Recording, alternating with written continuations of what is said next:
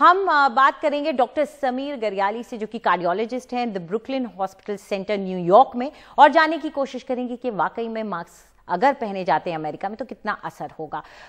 Doctor Gariyali, ये कहा जा रहा है कि अगर आप मास्क पहनते हैं तो मौत तक का आंकड़ा अमेरिका में नीचे आ सकता है। क्या आपको लगता है कि अमेरिका जिस तरीके से मास्क पहनने में मनाही कर रहा है उसका असर नंबर्स पे देखने को मिल रहा है? नहीं, बिल्कुल, आप बिल्कुल ठीक बोल रहे हैं। मास्क पहनने से और सोशल डिस्टेंसिंग प्रैक्टिस करने से ट्रांसमिशन जो इस वायरस का है वो काफ़ी हद तक कम हो सकता है। इनफैक्ट काफ़ी जगहों पे ख़त्म हो सकता है। मगर जब भी कोई नई चीज़ इंट्रोड्यूस की जाती है तो लोग थोड़ा रेजिस्ट करते हैं इनिशियली, और उनको ऐसा लगता है जैसे उनका फ्रीडम, उनकी इंडिपेंडेंस कर्ब हो रही है। सो दैट्स द पार्ट जो हमको ज़्यादा अवेयरनेस क्रिएट करने की ज़रूरत है। तो अमेरिका में लोग मास्क को स्वतंत्रता से जोड़कर देखने लगे हैं, जो कि बहुत चौंकाने वाली बात है। लेकिन आपको लगता है जो लॉकडाउन हुआ अमेरिका में वो सही वक्त पर हुआ और उसका कोई फायदा हुआ? नहीं, आई मीन अगर पॉलिटिकल लीडरशिप स्ट्रिक्टली फॉलो करे और तो ऑब्वियसली बाकी लोग देखेंगे और एनकरेज होंगे, इंस्पायर होंगे, मोटिवेट होंगे वही करने के लिए। कंपल्सरी करना इन द सेंस दैट अगर आप मैंडेट कर सकते हैं, अगर आप फाइन लगाना शुरू करें, it becomes a very thin line, it becomes a very fine line. फिर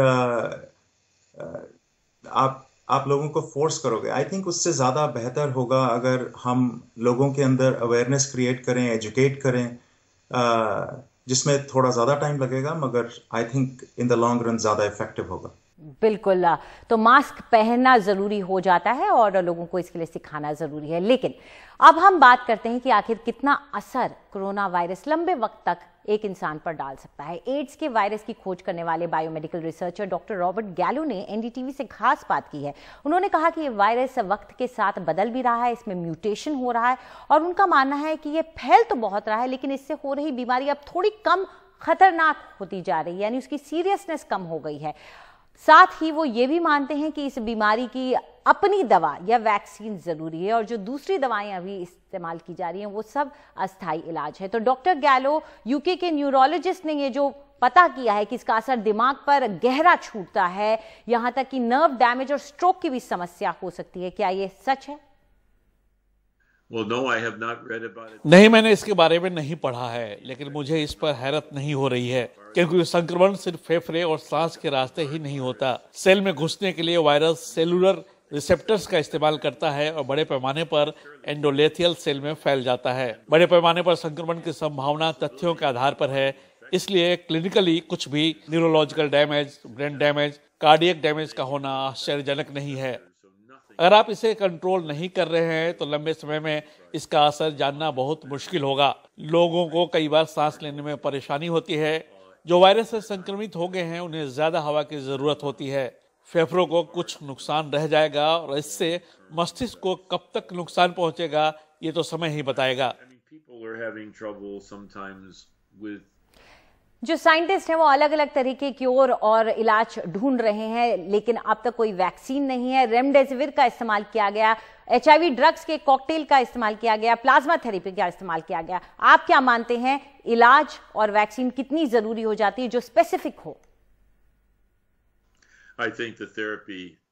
मुझे लगता है कि वास्तव में थेरेपी की कमी है। ऐसा कुछ नहीं है जो बहुत अच्छा है। रेमडेसिविर इसका उपाय नहीं है। फिलहाल के लिए कुछ है, लेकिन निश्चित तौर पर हमें और अच्छा करने की जरूरत है। मुझे लगता है कि वास्तव में थेरेपी की कमी है। ऐसा कुछ नहीं है जो बहुत अच्छा है। रेमडेसिविर इसका उपाय नहीं है। फिलहाल के लिए कुछ है, लेकिन निश्चित तौर पर हमें और अच्छा करने की जरूरत है। हम इस वायरस के बारे में क्या जानते हैं? इसमें जब म्यूटेशंस होती हैं या इसके अलग अलग स्ट्रेन्स जो हैं वो कैसे असर डाल रहे हैं? जब यह वायरस चीन में शुरू हुआ था तब से हम पूरे सीक्वेंस को ध्यान से देख रहे हैं। यूरोप में और अमेरिका में चीन से बहुत ज्यादा वायरस का फैलाव हुआ। हमने पाया कि कुछ केस में ये वायरस खत्म नहीं होता। वायरस का म्यूटेशन, उसका फैलाव बिना उसकी मौजूदगी के मुमकिन नहीं। मतलब अगर वायरस बच जाता है तो फिर इसका फैलाव होता है और मुमकिन है कि फिर म्यूटेशन हो। लेकिन इसका यह मतलब नहीं कि वायरस आपकी जान ले लेगा या फिर आप इससे संक्रमित हो जाएंगे। इसको क्लिनिकली साबित करना होगा। अभी तक निर्णायक तौर पर नहीं कह सकते, लेकिन संक्रमण की रफ्तार या तो वही है या बढ़ रही है, लेकिन बीमारी की गंभीरता घटती जा रही है। WHO ने कहा है कि अभी कुछ सामान्य नहीं होने वाला। आपको क्या लगता है कि कब तक हम उम्मीद करें कि कुछ सामान्य हो हालात? The honest answer is totally unknown. ईमानदारी से कहूं तो कुछ नहीं पता। जो लोग भी आपको कुछ कहते हो वो आपको सपना दिखा रहे हैं। हम कुछ नहीं कह सकते। हमने अभी पहली लहर को ही पार किया है।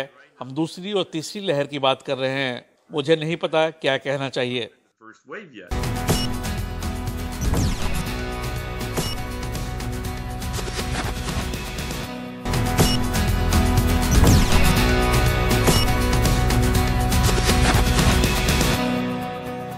मुंबई के खार पुलिस स्टेशन के साथ पुलिस वालों ने एक कारनामा कर दिखाया। उन्होंने कोरोना संक्रमण से ठीक होने के बाद अब प्लाज्मा डोनेट किया है ताकि दूसरों की जिंदगियां बचाई जा सकें। देखिए एक खास रिपोर्ट। हमें बहुत प्राउड फील हो रहा है कि जो मेरे अधिकारी और जो स्टाफ है जो पॉजिटिव हुए, उन्होंने खुद सामने होके उनकी इच्छा जताई कि सर हम हमारी ड्यूटी तो कर रहे हैं, लेकिन हम लोगों की जान बचाने के काम में अगर आना चाहते हैं तो हम प्लाज्मा डोनेट करने के लिए तैयार हैं। प्लाज्मा दान करने वाले पुलिसकर्मियों का सम्मान। कोरोना संकट के दौरान पीपीई किट मुहैया कराने में अग्रणी भूमिका निभाने वाले Rotary club of Bombay sea coast और inner wheel club of Bombay sea coast अब प्लाज्मा डोनेशन के इंतजाम के लिए आगे बढ़कर आए हैं। जिन 7 पुलिस कांस्टेबल्स ने प्लाज्मा दान किया, उनका सम्मान किया जा रहा है ताकि और लोग भी प्लाज्मा दान करने के लिए आगे आएं। कोरोना से अपनी मां को खोने वाले कांस्टेबल भिवाजी परब ने भी प्लाज्मा दान किया। वो अब ड्यूटी पर लौट आए हैं। उनकी कोशिश है कि किसी और को कोरोना के चलते अपने परिजनों को न खोना पड़े। भिवाजी परब कोरोना से अब पूरी तरह ठीक हो चुके हैं और दूसरों की जान बचाने के लिए उन्होंने अपना प्लाज्मा दान किया। हमारे ड्यूटी में लोगों से मिलना, लोगों से नाकाबंदी करना, इसमें हमारे पुलिसकर्मी देखिए इस कोविड-19 के बाधित हो गए और हम बीमार हो गए। फर्स्ट टाइम तो मैं थोड़ा बीमार हो गया, लेकिन मेरे वजह से मेरी माँ भी बीमार हो गई और उसकी उम्र ज़्यादा रहने से वो इसमें मौत हो गई। लेकिन जाते जाते हम आपको कुछ खास आंकड़े दिखा रहे हैं। आखिर भारत में किसको खतरा ज्यादा है, जो हमारे अब तक के आंकड़े बताते हैं। तो देखिए, पुरुषों में मौत के आंकड़े ज्यादा देखे गए हैं, करीब 68%। महिलाओं में यही आंकड़ा मौत का गिर जाता है, 32% हो जाता है। तो ये एक चौंकाने वाला आंकड़ा है। एक और आंकड़ा हम आपको दिखाते हैं। अगर संक्रमण देखा जाए तो जेंडर के हिसाब से पुरुषों में संक्रमण भी ज्यादा है, तो मौत भी ज्यादा, संक्रमण भी ज्यादा। वहीं महिलाओं में इसका संक्रमण 34%, लगभग 35% के करीब पहुंच गया है। तो ये तो जेंडर के हिसाब से हुआ, लेकिन अब हम बात करते हैं कि उम्र के हिसाब से क्या होता है। तो संक्रमण के हम आपको दिखा रहे हैं कि किस तरह के आंकड़े हैं। इसमें आप देख सकते हैं 10 साल से कम उम्र वालों को उतना खतरा नहीं है। 10 से 18 में ये थोड़ा बढ़ जाता है खतरा, लेकिन 19 से 35 साल के बीच में देखिए कितना बड़ा जंप आता है। 33% ज्यादा संक्रमण देखा जा रहा है। वहीं 35 से 50 साल में ये थोड़ा गिर जाता है और 50 से 65 साल में ये थोड़ा और कम हो जाता है। लेकिन सबसे बड़ा जंप आप देख रहे हैं जो आ रहा है, इसलिए जरूरी हो जाता है इस उम्र के लोगों को ख्याल रखना। वहीं अब ये बात करते हैं जो सब कहते आ रहे हैं कि अगर आपको कोई दूसरी बीमारी है तो मौत हो जाती है, लेकिन आंकड़े क्या कहते हैं? ये भारत के स्पेसिफिक आंकड़े हम आपको बता रहे हैं। मौत का आंकड़ा ये कह रहा है कि 43% ऐसे लोग अब तक मरे हैं जिनको कोई बीमारी नहीं थी। ये एक बड़ा आंकड़ा है। 57% लोगों को दूसरी बीमारियां थी, लेकिन फिर भी 43% ऐसे लोगों की मौत होना जिनको कोई बीमारी नहीं है, ये बड़ा आंकड़ा है। और ये हमें बताता है कि हम ये नहीं सोच सकते कि हमें कुछ नहीं होने वाला, क्योंकि हमें डायबिटीज नहीं है, हमें हार्ट प्रॉब्लम नहीं है। अब देखते हैं कि कितनी तेजी से ये बढ़ रहा है कोरोना का मामला। 1 लाख हमने दिखाया था पहले, 110 दिन में हुआ था, लेकिन उसके बाद धीरे धीरे हर 1 लाख का वक्त कम होता चला गया। 110 से लेकर के आज 1 लाख नए मामले आने में, 8 लाख से 9 लाख पहुंचने में हमें सिर्फ 3 दिन लगे हैं। यानी कि तेजी से संक्रमण अब बढ़ रहा है, इसलिए और जरूरी हो जाता है कि आप अब सतर्क रहें। क्या छूते हैं, कहां हाथ लगाते हैं, इसका ख्याल रखें। क्यों? क्योंकि कोरोना का वायरस सक्रिय रहता है बहुत देर तक। हम आपको दिखाने वाले कौन सी चीज पे कितने वक्त तक। धातु, मेटल 5 दिन तक वहां पर ये सक्रिय रहता है, जैसे कि दरवाजे के हैंडल हो गए, स्टेयर्स, सीढ़ियों की रेलिंग हो गई, गहने हो गए। इन चीजों को छूते वक्त इस बात का ख्याल रखें। अब बात करते हैं कांच की।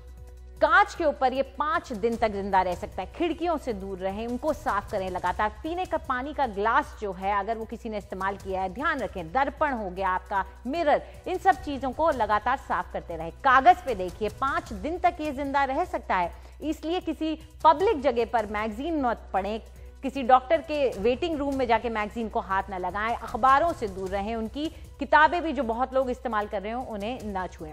बात करते हैं लकड़ी की। लकड़ी में 4 दिन तक ये एक्टिव रहता है, यानी कि फर्नीचर पर ये 4 दिन तक एक्टिव रह सकता है। प्लास्टिक की बात करते हैं। प्लास्टिक जैसे कि आप बाजार से पैकेजिंग की बोतलें लेकर के आ रहे हैं, या कोई भी सामान जो प्लास्टिक में पैक्ड है, या लिफ्ट का बटन वो भी प्लास्टिक का बना होता है कई जगह, उसे दबा रहे हैं, तो आपको ध्यान रखना होगा। 2 से 3 दिन तक ये जिंदा रह सकता है। कार्डबोर्ड, आपके घर में डिलीवरी हो रही है किसी चीज की, कार्डबोर्ड में पैक होकर आता है पार्सल, और ये 1 दिन तक इस पर जिंदा रह सकता है कोरोना का वायरस। एल्यूमिनियम 2 से 8 घंटे, ये खास बात है। इसमें एल्यूमिनियम की चीजें, कई बार हमारे पास बोतल होती हैं, पकाने के बर्तन होते हैं, आप कैन हो गए आपके सॉफ्ट ड्रिंक के, ये सब चीजों पे रह सकता है ये, लेकिन कम वक्त तक। तांबे पर 4 घंटे तक। इसीलिए कई लोग कहते हैं कि इसी चीज़ों की बोतलों का इस्तेमाल करें और बर्तनों का इस्तेमाल करें और प्लास्टिक से दूर होते जाएं। तो ये सब हमने आपको बताया।